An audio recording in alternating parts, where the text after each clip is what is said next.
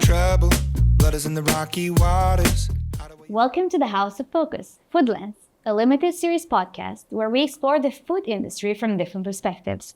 In each episode, we look through the lens of a different ecosystem player, including producers, retailers, supply chain, and food tech startups. We want to add key puzzle pieces and provide a holistic view of the food industry in Europe and beyond.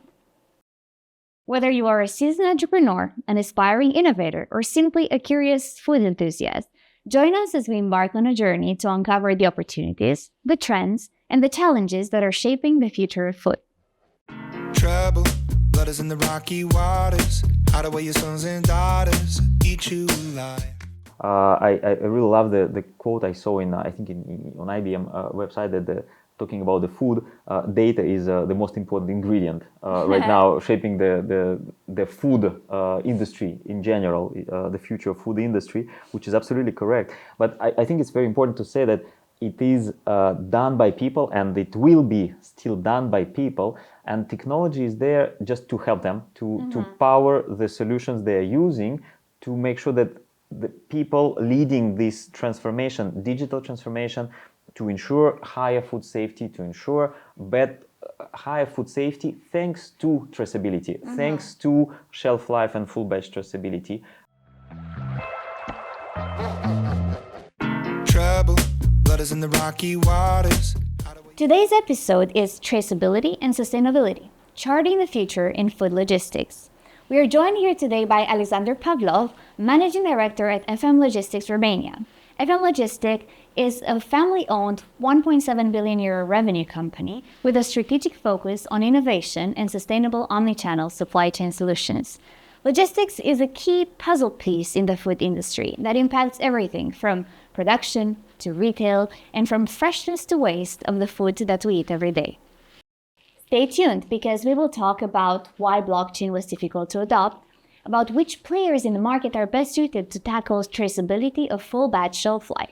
We will discuss omnichannel distribution, new business models that can be adopted, and what risks and opportunities we can expect in the near future.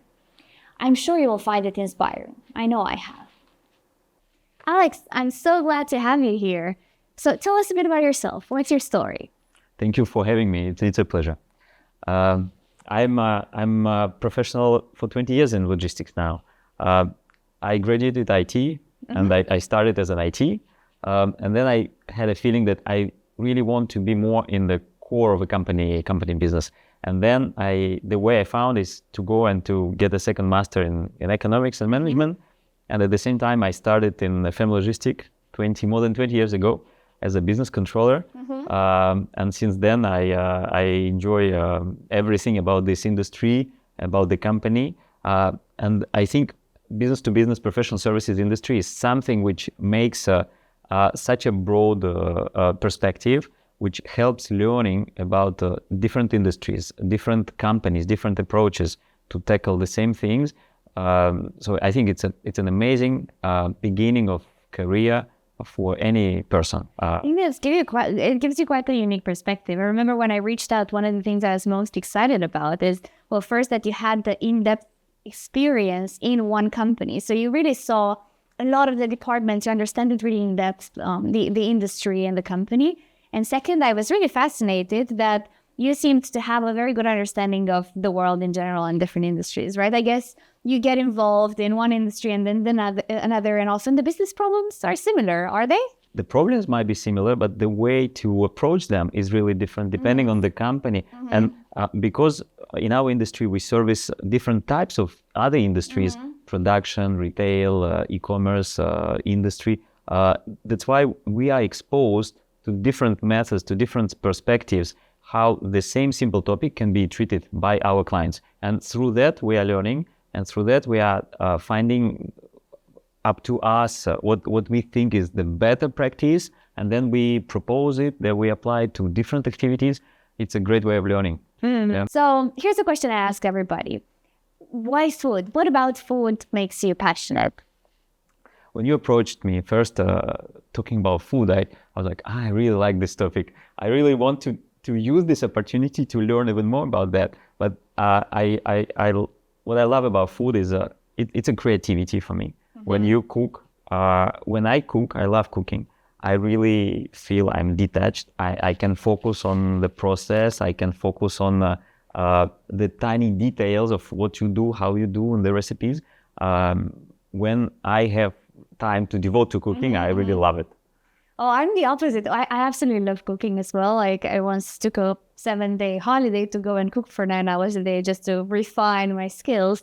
But for me, when I cook, I hate recipes. I first look at a lot of recipes and then I pause that and then I try to kind of think, oh, what would it taste like if I added this or that? So yeah, for me, it's the place where I get wild and creative. I know what you mean. Also, I like to read the recipe before, but I don't follow it after. For example, I never record time. I just do it based on my feeling. If it's enough or not enough, I test during cooking. I more rely on my feeling and the way it looks, the way it tastes, rather than on a specific timing. I don't know why. It's my way of cooking. It's not too different. I do the same. Yeah. Cool. Really cool. Now let's look at the food logistics puzzle piece. Where exactly does a logistics company fit in the food industry? What is the impact it can have on the entire end-to-end ecosystem? Tremendous. A big one. Well, at a high level, logistics is about moving things from one point to another. Moving the food from point of origin, point of production to point of consumption, it's not enough. The food should really be delivered in the right shape, not only in the right time, but also with a lot of additional conditions, respecting a lot of additional criteria. Temperature, humidity, these are just the basic ones. But also, throughout the whole chain, there are a lot of changes which happen with the food products, whether it is a finished product or semi-finished product, or whether it is just a raw material or components for the food manufacturing. Whether the country of origin is on one continent and the country of consumption is on another continent, and the country of manufacturing of this food is on the third continent, then you can imagine the whole set of processes which is happening from point A to point B is very, very complex. And what is really, really mandatory for the food to be on the table at the end with the quality that it needs to have, all those steps before, they have to be done with a very clear respect of a lot of standards and keeping a lot of conditions respected. So in a sense, if I understand correctly, a logistics company intervenes in almost all the different parts of the value chain of bringing food from the producers to the end users, right? And then come the challenges of, whether it's legislation locally and rules and regulations and safety and keeping the right conditions for transporting that correctly. But then also, maybe you could tell us a bit about the efficiency there and avoiding waste, which of course is a really big topic in general, right? So how do you see the logistics fit in the food industry across this journey? Yeah, the efficiency is one of the challenges. There are, in business in general, you need to find a very accurate equilibrium about all the criteria which really matter, and efficiency is one of them. The food, it must be accessible. It is a product that must be accessible for many people. So it's a mass market. To make it accessible, you have to manage it really, really efficiently at a big scale. But there is a category of food which you cannot manage at big scale, so it's only small scale. This is where proximity matters, the quality matters, but then it's more difficult to get to the efficiency because of the scale. The safety is a very important topic. So at the end, the food producer or food distributor is in the position to find the best for everything: safety, efficiency, scalability, accessibility, and then to convince the customers that it is really safe, needs to make sure that a lot of things are recorded and properly managed. And not only to convince the customer, but to really guarantee that the food delivers the value it should deliver, the quality it should deliver. The producer, retailer should really make sure that everything at every step is done right. And logistics is there in the middle to support both of them. So could you walk me a little bit through who holds the accountability and the responsibility for each of these topics and how that is passed from one stakeholder to the other? Yeah, it's a great question. The simple answer is the owner, the product owner is responsible to make sure that everything what he does with this product is correct. But then the ownership is transferred throughout the chain. And sometimes there are only two parties involved. One produces, another one is selling. Sometimes only one party is involved. But when it's complicated, you can have tens of partners involved, several tens of partners involved in production, in packaging, in sorting, in different processing, manufacturing, then transportation, of course, storage, repackaging, assembling. Different activities are handled, and each time the responsibility for some part of the process, which impacts the final quality of the product, is passed on to someone else. And it's very, very important not only to pass it correctly, but to keep a record of that. What happened at that stage, to make sure that it can be traceable back, or to make sure that it can be used to proactively prevent different issues in future. So then what could go wrong? What could be the consequences if that process doesn't happen smoothly? Does it lead to more waste because they want to prevent risk? Or does it lead to, just walk us through what type of categories of challenges can arise? Just can give you one example, talking about the food waste, and sustainability concern, most of the producers or most of the retailers, one of the way they try to fight against the food waste is to manage inventories better, to reduce the inventory. So from one side, reducing the inventory really makes it more efficient. You do not overproduce. You minimize the risk of too big stocks and leftovers, which sometimes you have to scrap, unfortunately. So by doing this, you increase the other risks, accessibility of food. Because if your inventory is so much lean, then are you in the position to meet the requirements and to meet the demand from different channels that you are selling to? If some of the channels require some specific freshness of your product, it's very, very important to manage your inventory in the way so that freshness and that shelf life of product is available for every consumer that you target to deliver. It's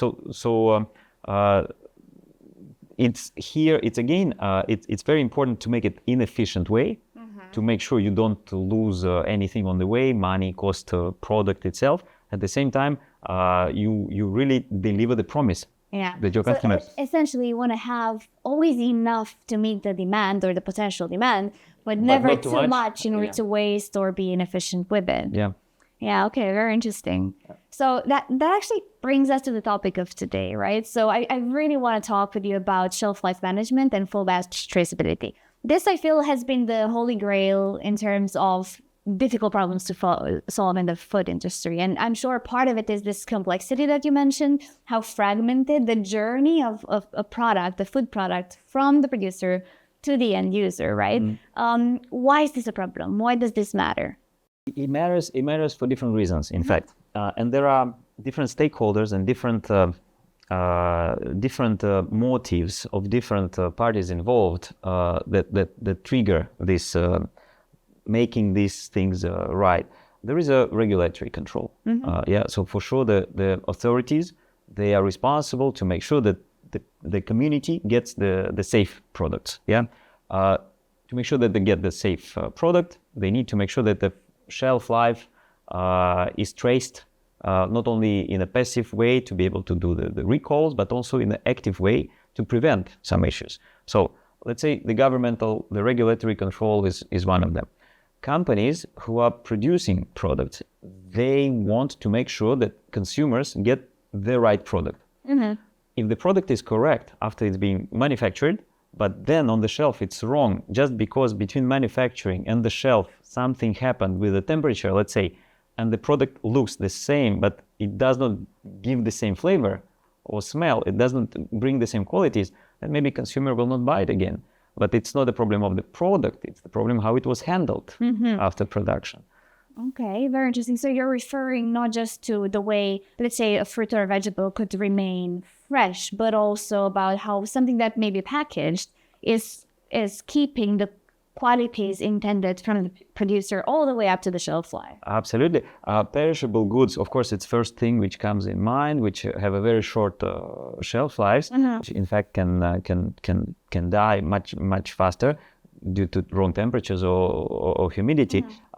But even packaged ambient product can change the qualities, and they can change the way it looks. Even if you take confectionery, if the product was handled in the wrong temperature, the chocolate will not look like chocolate. It will have this white effect on the top. I hate when that happens, right? All these like white traces on the chocolate and changes taste. Yeah. And there are many stories why it happens. But in fact, the many consumers, when they open the bar, and if they see this, they think it's spoiled probably, and they put disappointed. Yes, and they can throw it away. But it's still safe. In if it's only that, I think it's still safe. But they will probably not buy it again. And you cannot see this until you open the package. That's interesting. So of course, different way of testing, different way of sampling product help minimize this risk and ensure high quality of product on the shelf. But more things could be done to do this without opening the bar, to know in advance if you open the bar and it looks exactly as it should look, with a brown or dark chocolate. There are things can be done before, invisibly, through different technology and processes which can maximize the chances of a high quality product on the shelf.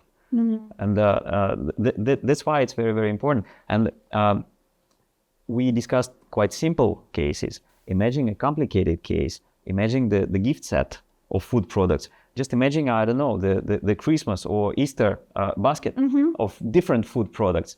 And each product was produced by different manufacturer. At some moment, they were assembled all together, packed, but each product has his own production date, expiration date, his batch, which holds very, very important information. So somebody who assembles this together creates a new product, which consists of all of that already. And this new product now carries all the characteristics of the components.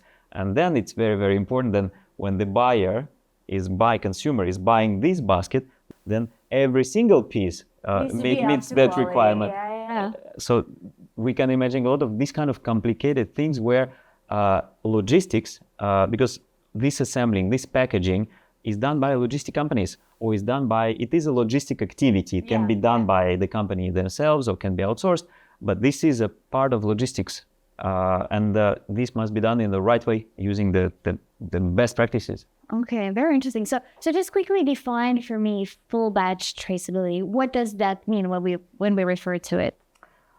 In a simple way, the full batch traceability means that the company, the body who sells the product at any moment of time should know for every single batch of product which was produced, should know where the pieces of this batch are before they are sold or after they are sold, to be able to trace from point of production to point of consumption everything what happened with that batch and with every single piece of that batch throughout all the stages of supply chain. The batch is a group of products which can be manufactured or which can be harvested. If it's vegetables, let's say 200 apples can be a batch. And then from farm, these 200 apples will go to the warehouse where they will be packed by a group of 4. And this is still the product of the same batch, but already a portion of this batch. And then they will travel around the country, and they will be placed on different shelves on different supermarkets, and they will be sold. But the farmer who produced these apples should make sure that he knows where these apples are. And if he's selling this through the network of supermarkets, these networks of supermarkets, they should know from where these batches arrived and where they are sold. Okay. So we live in a very dynamic, changing environment right now, right? And products, fresh products or manufactured products or all sorts of food products often travel far and long to be able to make it to our households, right? So we've seen increased costs of transportation. We've seen increased inflation in a lot of countries. We've seen increased costs of products. How does this impact the full batch traceability, and does it become more important, or what are the effects of this? The topic of cost is one of the most important recently, since the post-pandemic recovery became high and quick. Yeah, the inflation is really high. Now the interest rates are high. Central banks are trying to cool down the economy, which in fact leads another increase of costs and triggers another layers of inflation. So every business, in fact, is looking for different solutions how to mitigate the cost increase. But mitigating the cost increase, there are many ways how you can do this by cutting the corners, of proper processes, which is a wrong way, which should not be done, because by cutting some important corners, you can lose, talking about the food, you can lose this shelf life traceability. And if at some moment, by, let's say, using the different way of transportation, which does not provide the proper temperature, which to reduce the cost, by doing this, the companies can still deliver the product in the right way, but the shelf life will be reduced, and it's not necessarily that it will be traced properly. So the final consumer might not be even aware of that. So not every way of reducing the cost is in fact the right way. And the food safety and making sure that the quality of the final product is not impacted, that's not only the priority, that must be the value of the producers, of the companies. And logistic companies feel a very, very high responsibility in this regard, because from one side, of course, we are very much challenged by our clients in terms of the price of the services, in terms of the service level, in terms of respect of all the regulation and all the SOPs agreed. At the same time, we're also impacted by the inflation, by the increasing cost. So we are looking for solutions how to change the process, automate the process, to sometimes to involve the technology, to make sure that it's not only based on the human factor, the different levels of control, the different points of control, and we implement different technologies how to make it without a human factor, to make sure we still deliver, but with a lower human factor, with a less risk of mistake, and at a lower cost. So if I understand correctly, there are a few drivers, right, to change, to innovation, to technology adoption in your field, right? It sounds like one is the pressure from retailers, from your customers in general, to reduce the cost for you to be able to optimize your margin as well, right? Yeah. And that then, with the increased costs, with increased inflation, it drives you to improve the processes to be able to deliver that.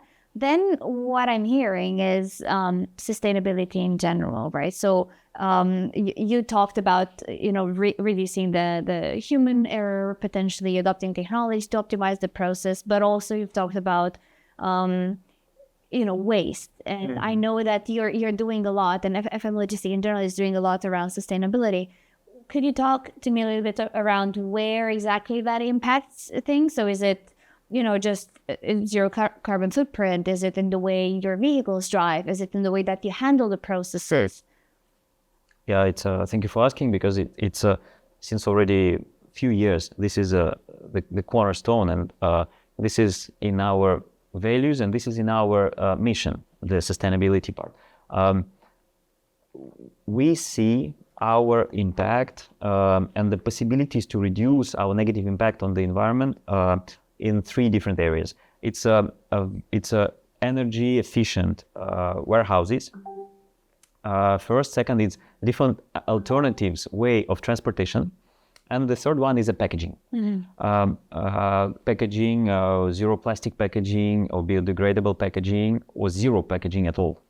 No packaging, which is really a growing trend, and it's really interesting to see how this trend is changing the customer experience and the supermarkets. In fact, in some countries by regulatory control, and then it's extended to other countries just because the supermarkets see that this is a great point of differentiation for them on top of a possibility to bring environmental impact.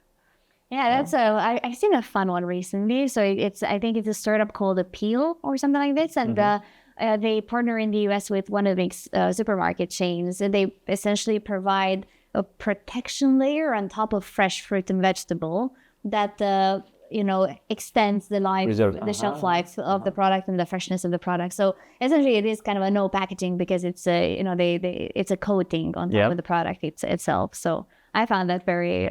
It's one of the examples, and the other examples you can see in France, for example, the corners where consumers can buy product which is not packaged at all, the bulk products, food products. Okay, for the moment it's widely used and more used for spices, for nuts. Starts to be extended to pasta, dry ambient products, which not necessarily needs to be packed. And this helps producers eliminate the packaging, retailers eliminate the packaging, and this requires consumers' readiness to buy the bulk products. And there is already quite a significant segment of the market which is already shaped in those countries. Definitely, I've seen that. So, for example, I used to live in Germany, and I've seen that quite a lot there, right? So there were shops where you could go and you would bring your own containers from home, and you would be able to purchase things that are not so easily perishable. So, for example, cereals or spices or oil, things like that, and perhaps the German consumer is also very sustainability aware. Right, so a lot of my young friends were doing this as well, and a lot of young people were, every time I would go to a supermarket, I would see them all come and with bring containers. their own. Even if they would go to a supermarket where that was not possible, they would still bring their own bags from home. Bags, so they would not purchase bags. Buy the plastic ones, right? or But even in this kind of bulk shopping idea, they would often go there, and they would be very keen also on understanding on where the product comes from, the origin of the product, right? Like you were saying. So traceability would be important here as well. They wanted it to be up to certain standards. Absolutely. And to be local and to not travel that far to reduce the impact on the environment. Absolutely. I also wanted to make a loop with that, because it's a matter of trust. It's a question of trust. The consumer must trust that what he is buying is safe and is exactly what he wants. Either this trust is coming from the package with a trusted brand that he prefers, either it comes from the fact that he's buying this from the place that he trusts, either it's coming from the fact that there is some sign given by some authority that it's a trustable source. And there are a lot of questions how to make sure that this trust is delivered, not only promised, but really delivered, especially when we talk about the bulk products, which are not only produced, stored, transported, but then at some moment of time, they are opened, they are repacked from the big bags to the containers or dispensers, the gravitational type, and then to make sure that this is done in a very clean and safe environment, respecting sometimes the humidity factor, which is very, very important for cereals, for example, or for nuts, because if humidity is not respected, for sure the shelf life will not be as long as it should be. And trust will be broken too, right? And then the trust will be broken, exactly. So there are many concerns how to make sure that this is not only the perceived safety, but it's also delivered safety and the real genuine trust. So you mentioned something very interesting earlier. You were talking about the consumer have to be ready, right? So market readiness to adopt such a solution, for example. And this is just an example, but we could extend this to a lot of different solutions, including in logistics, including when we talk about technologies such as blockchain, right? So have you seen differences across different markets in terms of different types of consumers and their readiness to adopt such solutions, and the pressure that they perhaps put on companies to be able to deliver that? So it's kind of a push and pull, right? So they want and demand sustainable products. How do you see that differ across Europe, let's say? For sure it's and push and pull, and it is different in Europe, in different countries.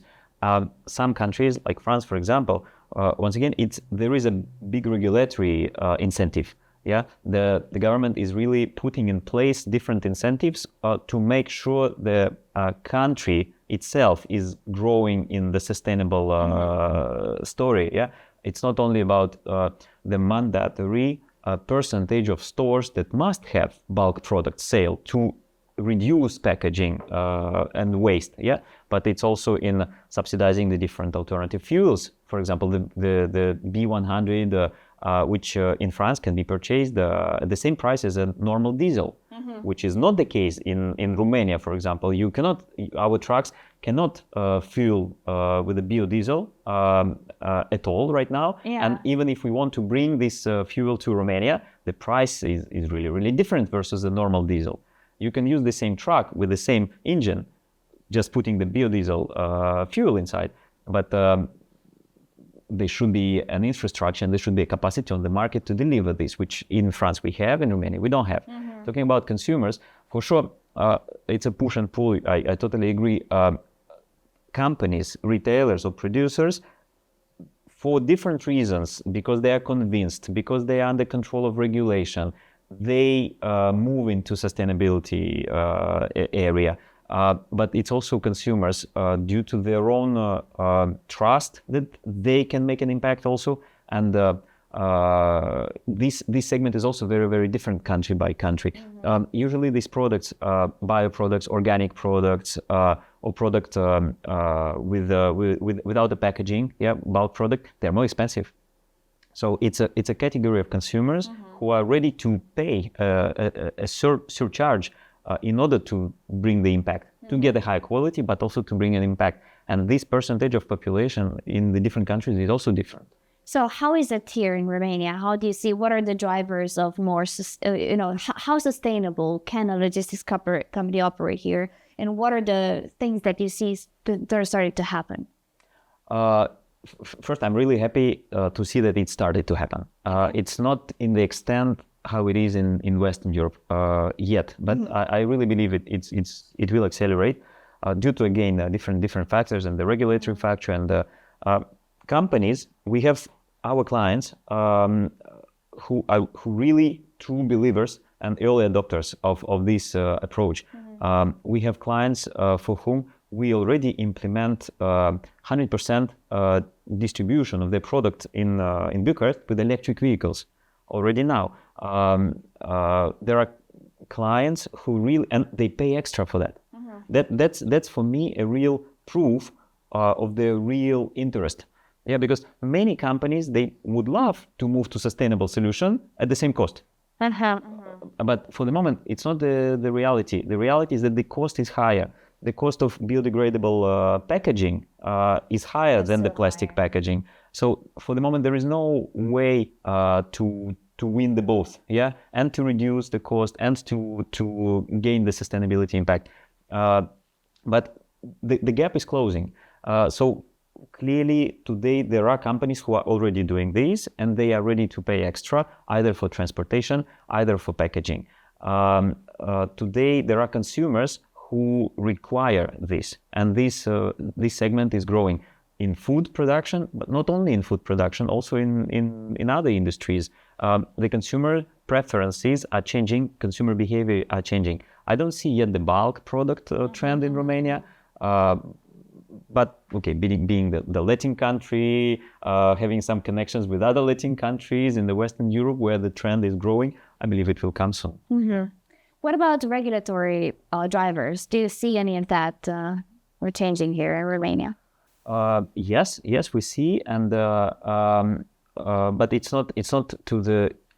I would not say that this is one of the main drivers of the change of the consumption of the retail market. But for example, recent decision of the Romanian Parliament to increase the pressures through the regulatory control on the food waste, to facilitate donations, to reduce the food waste. This is a very good steps towards the right direction. So for sure, if we see this already now, then it means the journey is on the way. Yeah. Yeah, the snowball has The started snowball has started. to roll. It's Okay, a yeah, first step. that's encouraging to see. But in the same time, it sounds like the responsibility and the almost decision, because if there's nothing mandatory to drive it, it kind of comes back to the companies and the consumers starting that change and then affecting that change. Yep. Okay, great, thanks. So going back to shelf life management and full batch traceability, right? Our main topic for today. Obviously, if we talk about it, maybe you can tell us a bit about what omnichannel is and, if that would work. I'm interested to hear a bit about how can this be tackled, right? So what has the world tried already? How does blockchain fit into this? Do we believe we've seen adoption of blockchain technology to be able to solve traceability of batches and food in general throughout the value chain? What worked, what didn't? Walk us a little bit through how can we solve this big problem, full batch traceability and shelf life management? We'll make sure we will solve it, for sure. I think we have to, don't we? Yeah. There's no other option. Yeah, we have to. So then, the multi-channel, omni-channel, really putting additional challenge on all this context. Just because one way is one situation is when you have one flow of goods in and one flow of goods out, and then it's pretty simple to make sure what you have to do, you do right.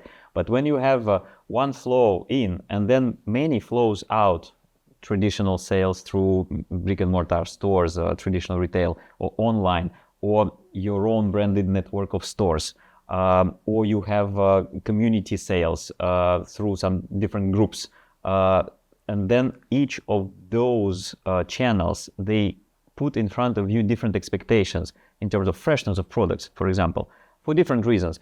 Some of them, they simply want to make sure that by asking the most from you, they get the best for their consumers. Clear. So are we talking here about this fragmentation that you talked about early on, right? Is it that the responsibility gets passed from one player, from one owner to another throughout the chain until the product, ends up in our household? Is that the same thing that is driving this complexity? It is one of the things which is driving also this complexity. It's a passing on the responsibility from one stage to another in the fragmented omni-channel context when the same product can go through different channels. The same pieces of the same batch of product can end up in being sold in the supermarket store, can be purchased and delivered online, or can be purchased and then collected by the consumer by himself. Pieces of the same batch, and then the things which logistic company has to do with each of the piece of that batch of that product is different, and the data that they have to record to make sure that this data is not lost, and if necessary it can be recovered, to make sure that for every channel it is accurately stored and separately stored and without intervening each other. So this, I would imagine, this leads to a lot more efficiency, a lot less waste, and visibility of where exactly the product is, optimizing then, inventory and the entire supply chain, essentially, just by knowing where things are and how you sell them and how you need to store them accordingly. Correct? Where things are and where they have been before, throughout different stages. That's very important to know, and to make sure that when you hand over the product to the next party in the chain, you hand it over together with all this accumulated knowledge of this product, so that the other party can take it from there and continue fulfill the picture until it reaches the final consumer. So essentially the solution in essence is a technological solution, correct? The ability to know that it's data accessibility, and then more than data, it's insights, so that can insights can turn into actions, decisions, right? It's about data for sure. I really love the quote I saw on IBM website that talking about the food. Data is the most important ingredient right now, shaping the food industry in general, the future of food industry, which is absolutely correct. But I think it's very important to say that it is done by people, and it will be still done by people, and technology is there just to help them to power the solutions they're using, to make sure that the people leading this transformation, digital transformation, to ensure higher food safety, to ensure higher food safety thanks to traceability, thanks to shelf life and full batch traceability. They're using the right tools and technologies which help them not to make mistakes, or which help them to make sure that the consumer gets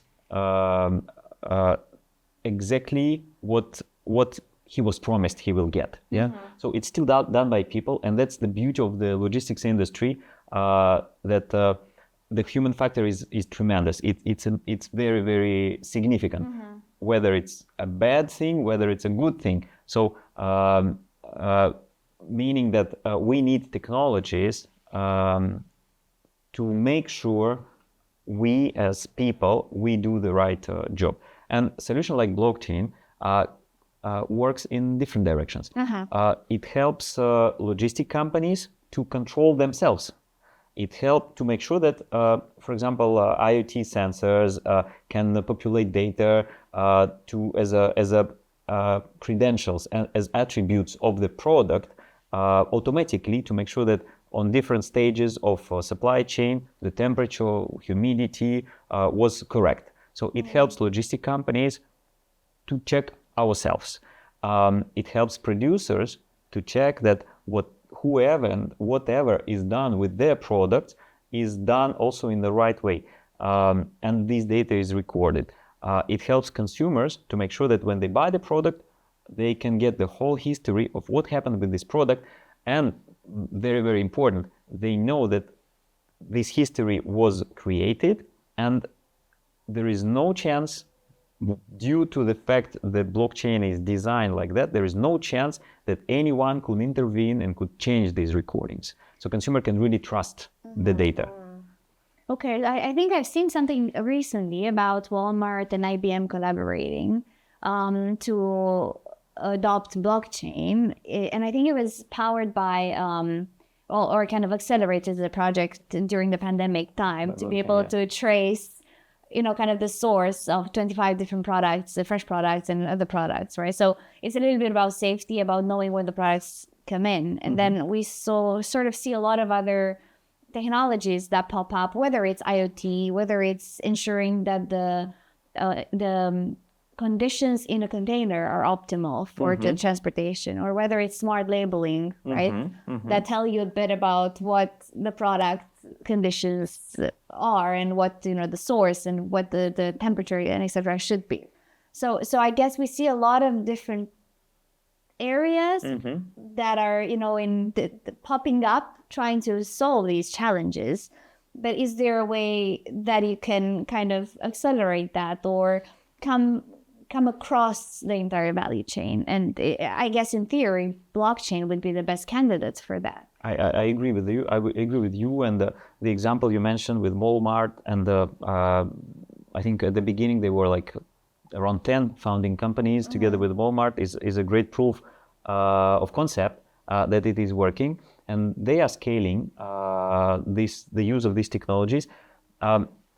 Not only Walmart, and it's a very good example where producers and retailers cooperate. And I think one of the main reasons why it works for Walmart is because there is an authority, which is Walmart, which is driving the change. And the producers, they want, but at the same time they have to comply because their customer is demanding that for the benefit of the final consumers. But this is a business rationale. We have other examples where blockchain did not fly as good as it works right now in Walmart chain, for example. And I'm really, really interested to follow these stories, because for sure the future is there. For example, the FDA, Food Drug Administration, they mentioned blockchain in their recent blueprint. Okay, not so recent, but still. About the new era of smart food safety.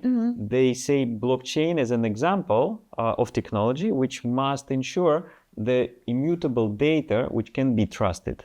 So blockchain definitely is the one of the technologies, one of the solutions which will solve many issues of uncertainty of data and can help all the parties involved to make sure that they properly handle the product. Otherwise, it will be visible that something went wrong. So they are under additional pressure from there, and the consumers can be really certain and they can really trust that what they buy is exactly what is written on the box, because they can scan the QR code and they can see the whole story. What is the country of origin, company of production, is there organic certificate of organic production added to this product. So blockchain technology is the way it is designed, that it eliminates the chances that the data can be changed, manipulated. This by itself brings the trust to the final consumers. Yeah, so on paper it's perfect, isn't it? Yeah. Right. So we talk about knowing everything at all times. We talk about ensuring, that even the producers, the way that the product is moved, the way that the money is distributed, the way that people get paid, tracing sources, data, safety, right? So it sounds kind of a solve-it-all problem, and yet it's been here for quite a while. And we've seen, projects and pilots and maybe even, kind of rollouts in some industries, but it hasn't reached maturity adoption yet. What do you believe are the challenges there? And, maybe then we can move on a bit to how else could we solve the problems short term? Yeah, you're right. So why hasn't it worked? I think there are several reasons how I see it. One of them is the perceived complexity of the blockchain. Because for many people, it is something which is difficult to understand how it works. And is it not understanding the technology itself? Because a lot of these industries are not tech savvy. Is it that you're? I think yes. I think this is one of the reasons. So some companies are just afraid to dive in and to really investigate the technology, which is not that complicated at the end.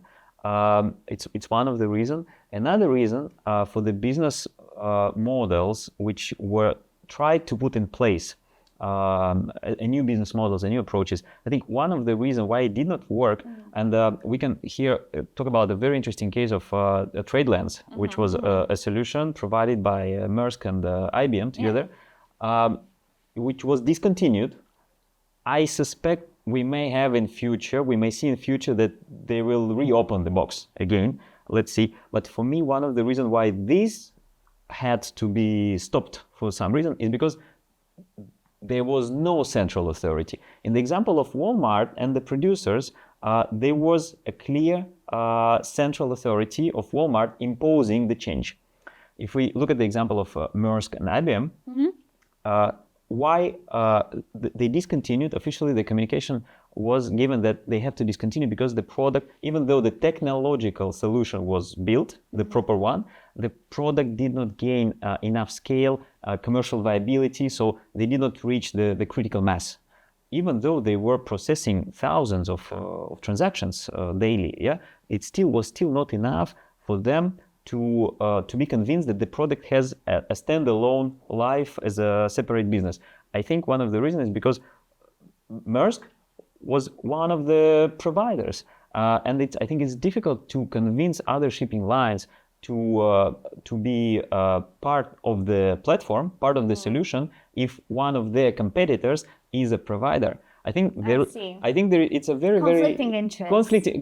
Can you imagine the blockchain, which in fact give you trust of the data, had some issues to be scaled because of probably lack of trust of different people or different companies potentially being involved in this. It was never officially written as a reason. I suspect there is something about this. I'm hearing a lot of very interesting things, right? So first is willingness to cooperate, right? You have such a fragmented market. Because it's transparent. At the end of the day, even though you have different access and the access to data is managed by credentials, so you don't have immediately access to everything.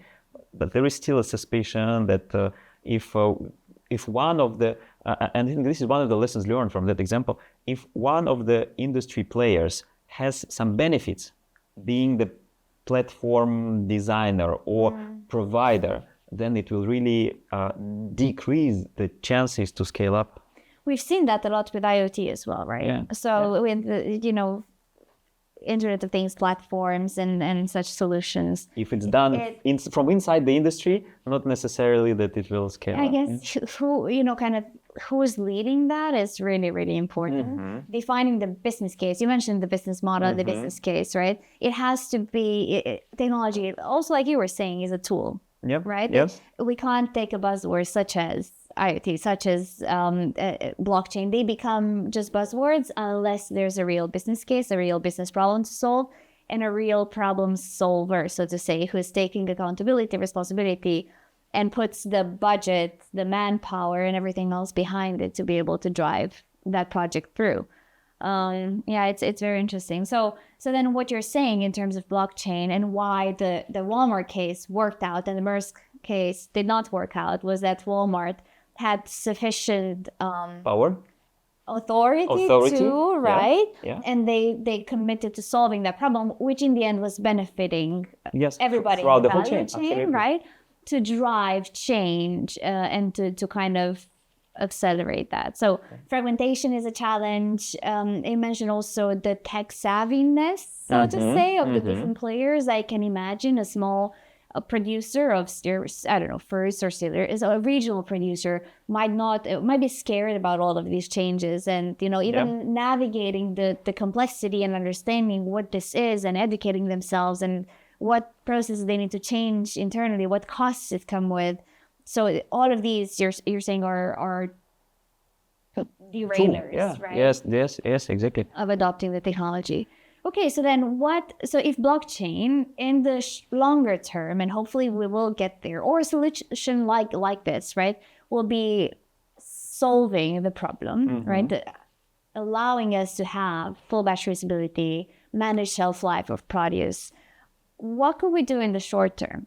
What else? Who could solve this, right? Because we have different players in the chain. We have the producers, we have the distributors, we have the retailers, we have additional companies, technology companies who might come in as an external party to provide a B2B service.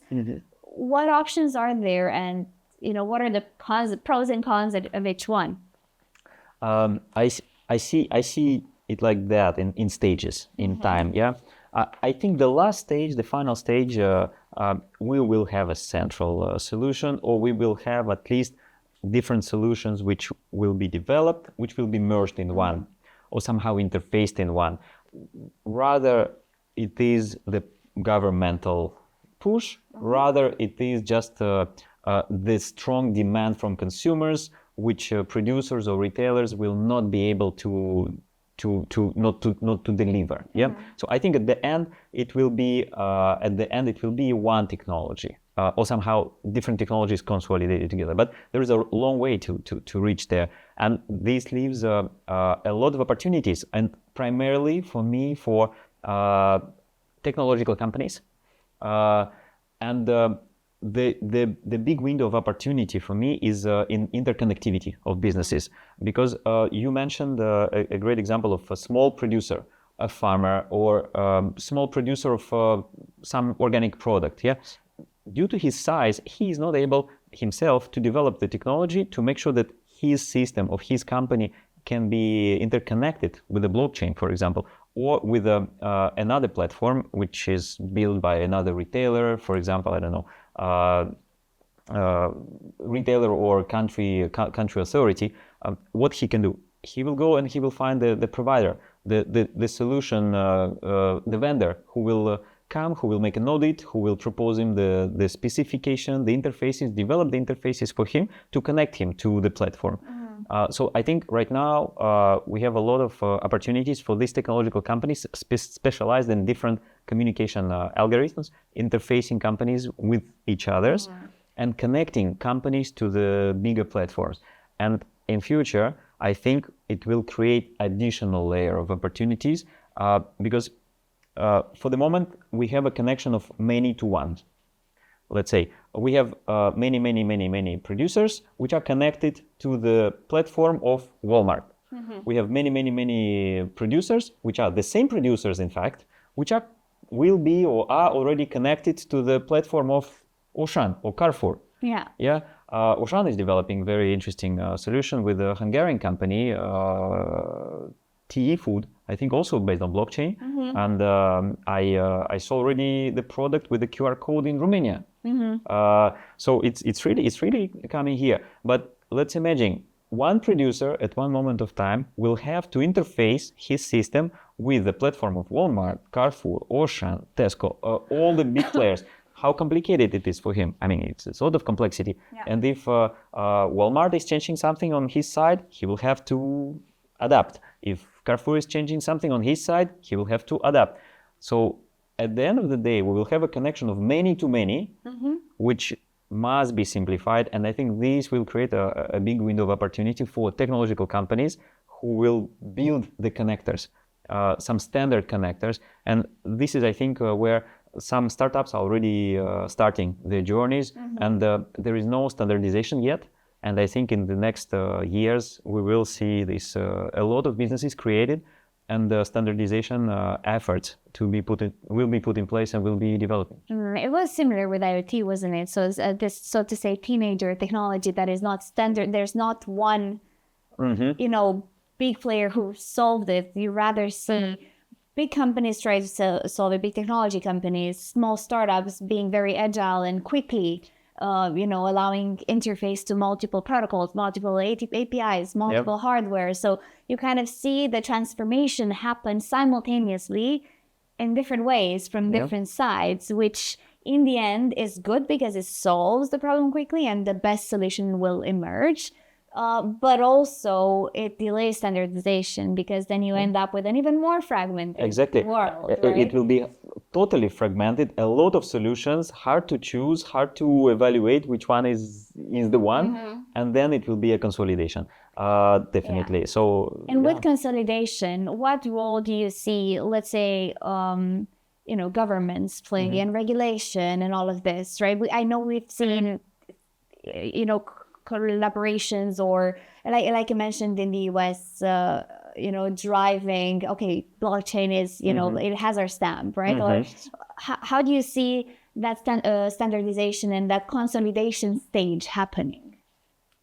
Yeah, definitely. I have also many questions there, but I think through several pushes and governmental and the benchmark, if in the USA they really succeed to put in place the standard through blockchain, then I think it will be adopted, because it by design it solves the problem. Yeah, it just needs to be used properly, needs to be standardized and used properly. But I think throughout the time, until we have any kind of central standard, by that time we will see a lot of fragmented solutions, which will be in-house made solutions by big retailers. And then consolidation will be at the country level. And at some moment, I think in the European Union, it will be consolidating between the countries, but it will take years. So you rather see it as a step-by-step approach rather than a transformative, platform or solution that comes and takes over, so to say. I think it's also possible the other way. I think it's also possible. But looking at the case of Maersk and IBM, they built a great thing, which really worked. So technology is not enough. The business case has to be there. So it must be a combination of stakeholders, willingness, capitals, capabilities, and the business model with monetization. Because talking about business, somebody must earn profit from here. Either it is subsidized by governmental authorities, maybe at the European Union level, to make sure that the food safety is reached, highest standards. Either it is commercialized through different monetization models.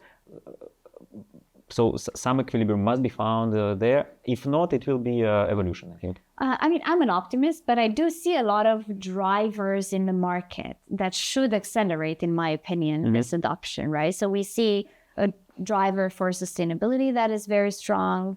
We see, a negative incentive as well, right? The cost increases, right? Because when the cost increases, you still need to be profitable. You Yeah. can't increase the price of food infinitely. So at some point, you need to become more efficient and cut costs, and this is a really good way to do it, right? There might be eco taxis. There will be. Yeah. So I think we see enough of the nudging factors that hopefully this will be accelerated. I want to do just a really quick exercise, just a few words for each of them. So if we take, let's oversimplify and think producers, distributors, retail, and the technology company that is an external party. If we think about who could solve, or let's assume they all try, right? Because society, we see a lot of different solutions coming from all sides. Full batch traceability, being able to manage the entire thing. What are the pros and cons of each of these four players? Just really short. Are they well positioned? Do they have a good seat at the table to be able to make a change and have a solution and monetize it as well? And let's take them one by one, all four, and kind of pros and cons. All right. Okay. Then the producer, I think, limited ability to solve it because he is the first in the chain and he is not in control with what is happening after. The distributors, same thing. They can get something, but then they give it to someone else, to the retailer. So I think the retailer has the biggest capability of managing this thing centrally, simply because they are the last in the chain. And they can impose different things, being also a business partner and the client in the chain. Yeah, so they can impose the standard, the specification, and they can, with a proper explanation, they can make sure that it is respected, and by producer, and by distributor, and by retailer. And logistic companies who are servicing and producers and distributors and retailers, we have to comply with that. And our target is to be ready to comply. That's why we are developing a lot also the technological solutions, because different clients today have different expectations from us, but all of them are, let's say, the same type. We must be a good data managers, and we must guarantee the proper data management, either whether we service a producer or distributor or retailer. So the role of logistic player is in this chain is to make sure that when we touch the product, when we get it and when we leave it, throughout the whole work we do, we add to the product all necessary qualities, all necessary credentials, data, to be sure that this product is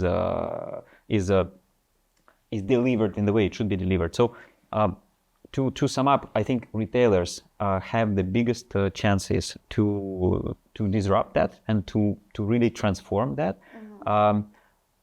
Authorities, they have even a bigger chances if they really put incentives for the whole retailers at the same time. And technological companies, I think only if they come with a solution which is easy to use, which is not expensive, and which is universal, so that the producer A or retailer B, without being afraid that they are locking up the future opportunities, that they can join this technology, knowing that staying with this technology, they can satisfy the need of the customer, the need of the authorities, the need of the different control bodies.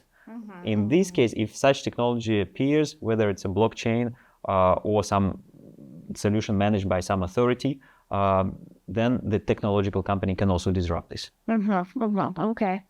I guess there's going to be a fight for it because there are a lot of opportunities to monetize it, right? That there's, 1/3 of the food that we out there is wasted, right? So it just through the sheer nature of the wasted product, there is a big room for disruption and also a big opportunity to make money here. So I can imagine that, okay, perhaps a small producer does not have a seat at the table to really disrupt everything. He's not best equipped as the underdog in the situation, right?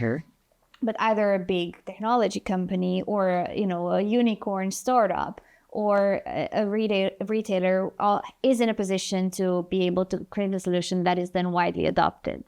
I can also imagine that, for example, a retailer everybody might develop their in-house solutions, either through making their own, building their own platform, for example, partnering with a startup or a big company who has the technology and kind of white labeling it, co-branding it, investing a CVC, corporate CVC in a startup or something, or perhaps making an acquisition in order to accelerate that transition, right? So we might see a lot of competing solutions out there. Do you see this as happening? Yeah. I totally agree. We will see this happening, and the retailers or producers, they will use it either for differentiation purpose, either simply because they are truly believers, true believers that the sustainability is important, and they want to contribute to that, to reduce the food waste and to shift the loss into the capex, into the developing and financing the new technology. So I agree with you. We will see a lot of examples of different companies trying different ways, competing with each other for sure. And what sort of business models do you see there? Do you see kind of, I don't know, as a service, kind of any, or perhaps something else, value-based pricing happening? Or do you see room for innovation such as multiple retailers share the same pool of stock or inventory, or dynamic pricing models where people could co-own the stock, so to say, and just kind of the price would change based on demand, based on availability, based on, whatnot. How much opportunity is there and how much differentiation is there in business models? No idea. Very, very good question. I remember the period when we were convincing competing producers to use the same truck to optimize the resources, and there was an effort. It was an effort to meet in the same room with number one and number two players on the market in the same food industry, and with us in the middle, a logistic company, to convince them that delivering together is a benefit for all of us and even for their customer, like a retailer, because instead of delivering food truck once a week, they can deliver a quarter of a truck 4 times a week. But this truck will not be half empty because there will be not only one producer in this truck, but 4 or 5 or 6. And there were a lot of constraints from marketing team, from compliance team, from different teams on the side of each company saying that, no, we want a dedicated solution. So I remember that shift from dedicated. Was that? 15 years ago. Oh, wow. Oh, that's such a great example because it's happening, it's like a spiral happening the same way again and again, but with a different context and a different And area. what you ask is exactly that. Yeah. It's how open the competing bodies to find a mutual ground and to have a solution from where they both will benefit without losing their market shares, increasing sustainability, and even bringing savings, cutting part of the inflationary factors, and at the end even delivering higher value to the consumers by making sure that they get more fresh products. That's amazing to see these stories. I don't know about such examples in the European continent for the moment, but I truly believe it's possible. If it was possible for producers to cooperate like that, and now it's a normal way of working. Now, I don't know any company who is saying, no, I want a dedicated solution. I want to pay more just for dedicated solution. No, everybody is saying, I don't care who else is in that truck with me as long as the goods are compatible. Yeah. This is a normal way of working. So I think in 5 years, maybe it will be a normal way of working to have common stocks and then different sellers, like a marketplace. But, like a marketplace, yeah. So in marketplace, we see this already, in fact. Yeah. I've seen also, I think in the US and then one in Italy, different startups who are aiming to become the marketplace. I think there must, there's so much opportunity for business model innovation. And the way you can optimize margins by optimizing price based on all of those, just Yeah, okay, really interesting. Yeah, thanks for that. So we now move to the third part of our interview, which is the present and the future of food logistics. So I'm going to ask you a series of 4 questions that I'm asking everybody. The intention is to kind of have each episode as a puzzle piece where we understand a little bit about why that is important for the food industry and the impact it can have.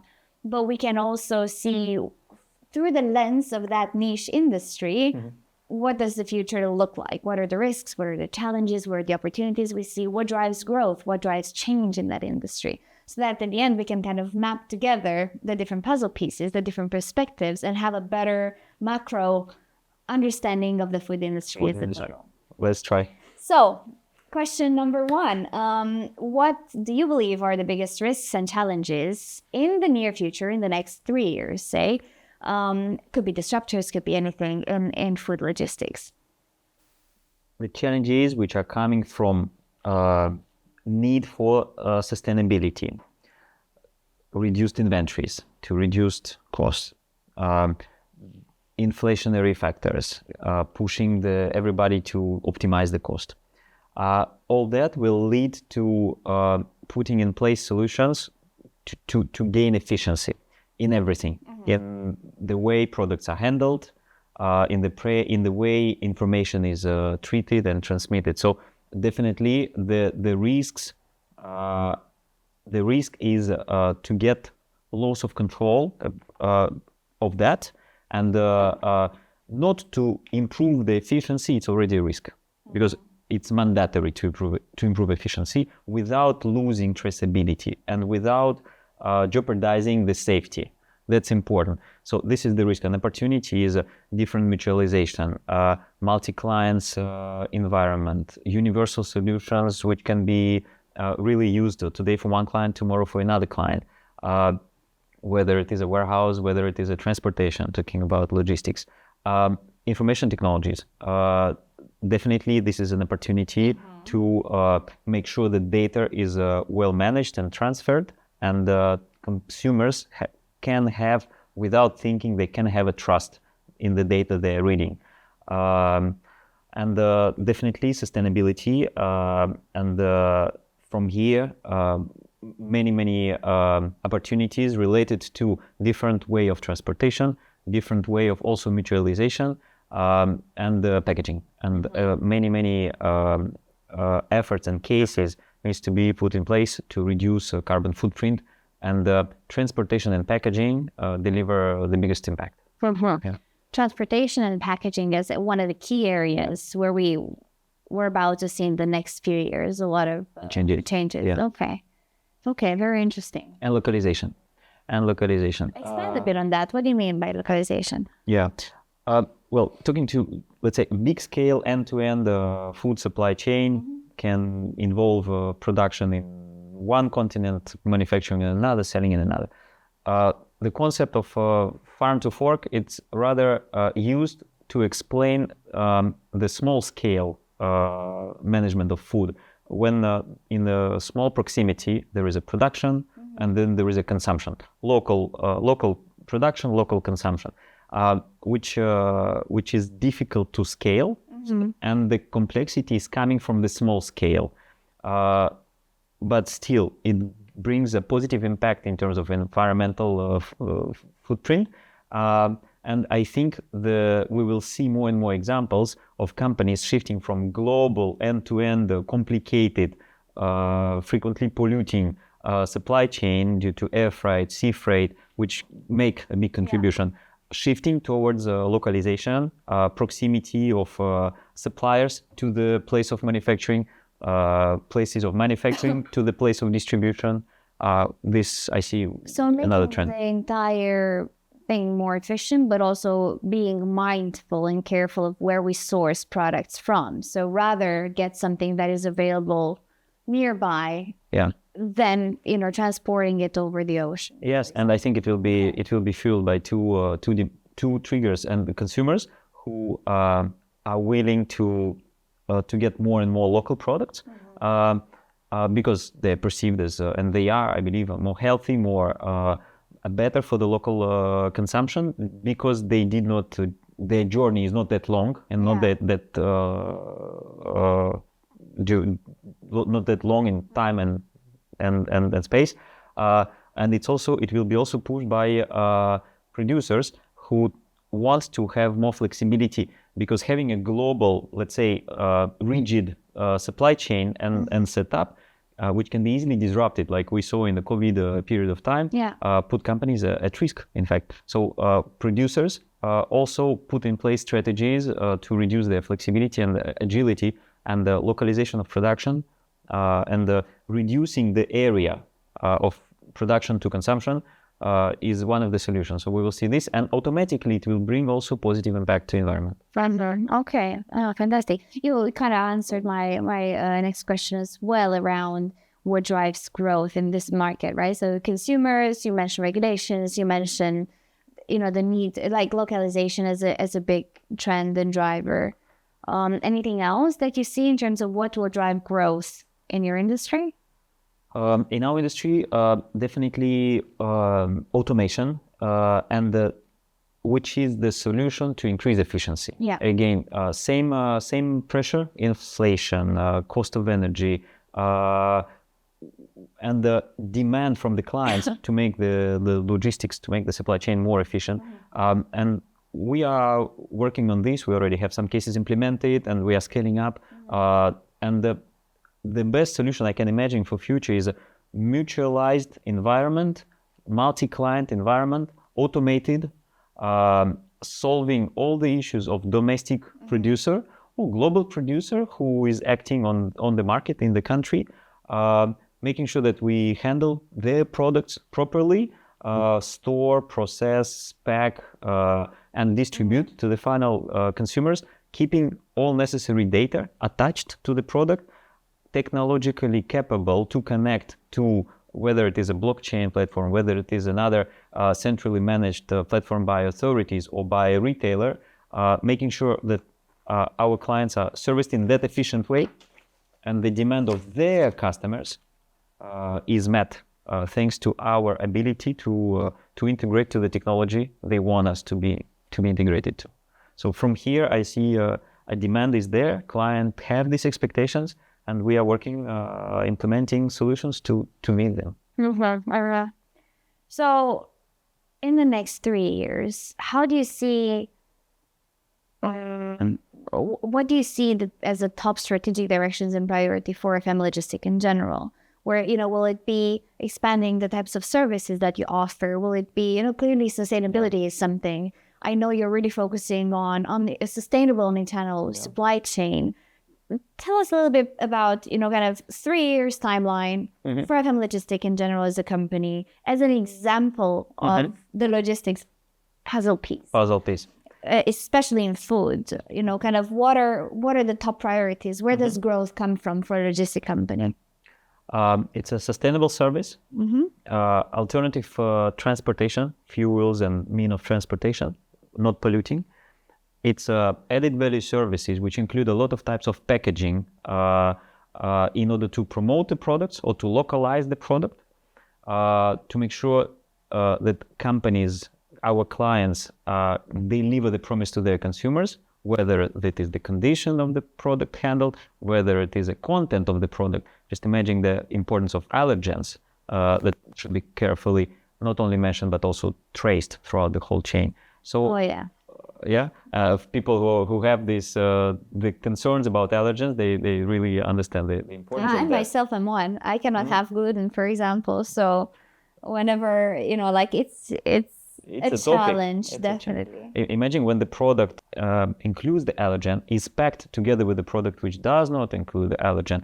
And then what is very, very important is that this new pack, it should be marked in the right way, that it includes the product which includes the allergen. And if you imagine the whole activities and chain behind the complexity, how not to lose this data, in case something is found out by the production, to make sure that that batch can be recalled safely from all the consumers who purchased that. Then it's easy to understand the complexity behind.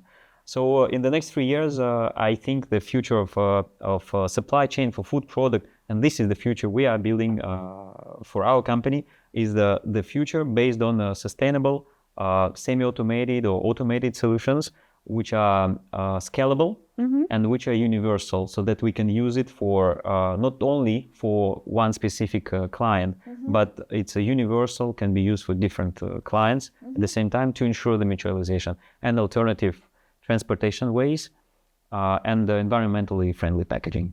Okay, great. Thanks so much. So if I were to summarize, it sounds to me like data is, like you said, one of the most important ingredients in this. So it sounds like we are in a stage of collecting data transparency, being able to share information and insights across the value chain as a pre-step, so to say, preparing for full batch traceability as a big challenge to solve.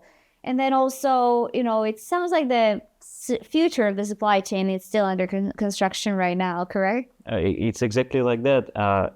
For sure, in future, the supply chain will not be the same as it was in the past. And I think we are in transition. Yeah. And that's why it makes it very, very interesting and the right moment to act in the logistic industry, because it is shaping right now. Yeah, I think among our listeners, we have a lot of aspiring entrepreneurs or people who work in the industry. So I'm hoping that they find this inspiring and they get some ideas for what to do next and what to launch next. Thank you so much, Alex. It's been such a pleasure to have you here. I learned a lot throughout the conversation. I'm sure our listeners have as well. Thanks again very much. And Alex, where can our listeners find you? Thank you very much. It was really a pleasure for me and very inspiring also from on my side. I'm active on LinkedIn and on our website, fmlogistic.ro. There is a form where you can contact us, sending us an inquiry or any question, and there are the contact data. And then perhaps, are you open to, if there's a startup or a listener who gets inspired and has an idea, should they contact you? Absolutely. I'm very accessible, very available. I enjoy networking. I enjoy meeting new people, learning from new people, learning from new inquiries. So please feel free to share my contacts. Perfect. So if you're an aspiring entrepreneur and have an idea that could help tackle shelf life management and full batch traceability, then here you go. Feel free to contact Alex. Perfect. Thank you so much again, and we'll be in touch. Thank you very much. It was really a pleasure.